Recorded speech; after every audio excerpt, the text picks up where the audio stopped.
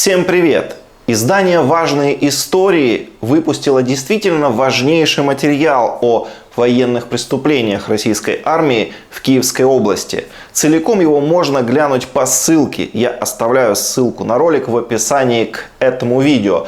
Так вот, журналистам удалось связаться с российским военным Данилом Фролкиным. Это военнослужащий 64-й мотострелковой бригады, которая весной стояла в селе Андреевка Киевской области. И российский военный Данил Фролкин рассказал журналистам, что занимался в этом селе военными преступлениями. Он совершал убийство гражданского населения, а также занимался мародерством. А кроме того, он рассказал, что тем же самым занимались и его командиры.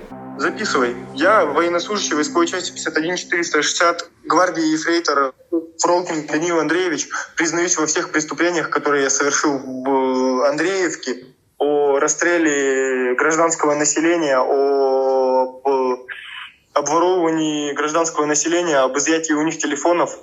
Установить личность Фролкина удалось благодаря тому, что во время своего пребывания в селе он отобрал у местной жительницы мобильный телефон. Он фотографировался на него, а после отступления он просто его выбросил вместе со своими фотографиями. И хозяйка телефона его нашла. Когда Татьяна зарядила смартфон, в галерее она обнаружила фотографии российских солдат. Важные истории установили личности военнослужащих со снимков и нашли их профили в социальных сетях. Это 21-летний Даниил Фролкин, служил в 64-й отдельной мотострелковой бригаде в Хабаровском крае механиком-водителем. Дальше журналисты связались с этим Фролкиным, и оказалось, что он уже уволился из армии. После отступления из-под Киева он отказался воевать дальше, потому что войну не поддерживает и считает ошибкой. Однако вместе с тем общительный Фролкин рассказал журналистам, что вместе со своими сослуживцами совершал в Киевской области военные преступления.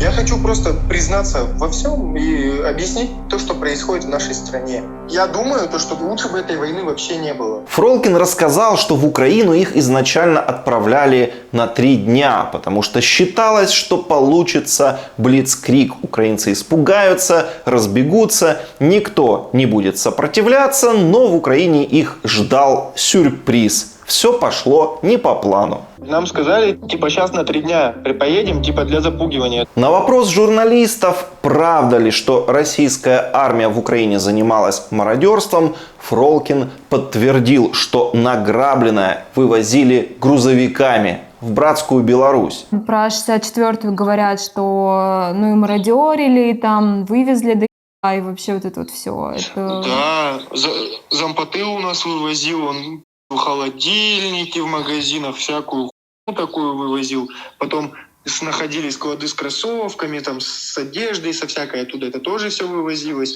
Фуры вывозились. Я видел 2 этих фуры, которые в Белоруссию приехали, и все. Приїжджали величезні машини, грузили і вивозили. В России это называется защитой от фашизма. Правда, в процессе этой защиты россиянин Фролкин выяснил, что никаких фашистов в Украине на самом деле нет. Против кого мы воюем, я не знаю. Может быть, мы воюем против ВСУшников, но ВСУшники, они не нацисты. Они тот же самый славянский народ, как и мы. Но мы люди маленькие, нам сказали, идите. Мы пошли, все. К нам подходили местные жители, когда мы туда заехали, и они говорят, у нас нацистов никогда в жизни не было. А поскольку нацистов не нашлось, пришлось воевать с мирными жителями. У нас артиллерия, это тоже наши войска, также те же самые. Если они бьют по мирному населению, смысл этой войны. Пытаемся освободить мирное население от фашизма. Но сами-то его не подозреваем и уничтожаем, это же мирное население. А дальше началось самое главное. Российский оккупант Фролкин стал рассказывать, как вместе со сослуживцами убивал мирных жителей Андреевки.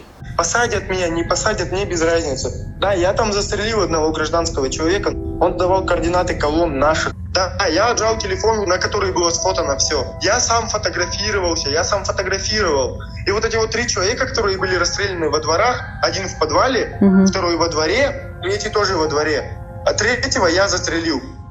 По словам жителей Андреевки, третьим расстрелянным 12 марта вместе с Виталием Кебукевичем и Вадимом Ганюком был Руслан Еремчук, который жил с ними на одной улице. То есть, как мы видим, называются не какие-то абстрактные случаи, а вполне конкретные. Известные имена, фамилии жертв. Есть их фотографии. То есть, это точно не фейк, не хайп. Это тот случай, когда идентифицированы и жертвы, и палачи. Российское правительство там рассказывает, что ничего этого якобы не было. Так вот, хотелось бы услышать, как они прокомментируют вот эти откровения своего солдата. Командование сказало, их в расход. Все, я пошел, их в расход пустил. А приказал это подполковник, прокуратор. Мы их привели, он сказал, уводите их за деревню, пусть они покажут дома, и их в расход. Все. Называет Фролкин и имена командиров, которые за это ответственны, и говорит, что действовал не по своей инициативе, а выполнял приказы. Это не снимает с него ответственности, но это доказывает, что все это происходило намеренно, по злому умыслу. То есть именно такие задачи ставились перед командирами. Устраивать расправы над мирным населением. Такие задачи перед армией ставило российское правительство. Ну а командиры, соответственно, доносили их до исполнителей. Пожалуйста, примите меры к наказанию тех командиров, Амурбеков Азатбек Асанбекович, гвардии полковник, гвардии подполковник Дмитренко и зампотыла нашей бригады 53-464 отдельной гвардейской мотострелковой бригады, гвардии полковник Клобуков. Полковник Азатбек Амурбеков после всего этого получил звание Героя России. А Министерство обороны РФ нахваливало его за личные достижения и подвиги. Ну, вот такие подвиги у героев России были на самом деле. И то, что этого героя наградили, означает только то, что он делал ровно то, что от него хотели, и именно то, что ему приказывали. Важно понимать, что раньше, конечно, подобные признания российские военные уже делали, но лишь те из них, которые были в плену, и российские власти всегда говорили, что, мол, ну это их заставляют, это их принуждают все это говорить, все это на самом деле неправда. В данном же случае признается в военных преступлениях военный, который, во-первых, уволился уже из армии, во-вторых, он находится в России, он находится на свободе, не в плену, его не пытают никакие враги, его никто не принуждает это говорить. Он все это говорит сам, добровольно. Это добровольное признание россиянина, который находится в России. И что важно, что эти показания, они полностью совпадают с тем, что рассказывают жители самой Андреевки. А те люди, в убийстве которых признается солдат Фролкин, они на самом деле действительно убиты. Вот российское правительство сегодня отрицает, что все это происходило. Они говорят, ничего этого не было, Буча фейк, это украинцы все придумали. Но вот российский военный подтверждает, что все это было. И теперь понятно, что российское правительство все отрицает именно потому, что оно в курсе. Это не просто оно отрицает, потому что там что-то произошло, и солдаты сами начудили, а правительство не имело к этому отношения. Они именно и отрицают это все, потому что они боятся, они знают, что они в этом замешаны, это их ответственность. Поэтому они до последнего кричат, это не мы ничего не делали, этого ничего не было. Так вот, друзья, давайте поделимся этой информацией обязательно. Вот это важно распространять. Распространяйте это видео. Его весь мир должен видеть. И обязательно подписывайтесь на канал.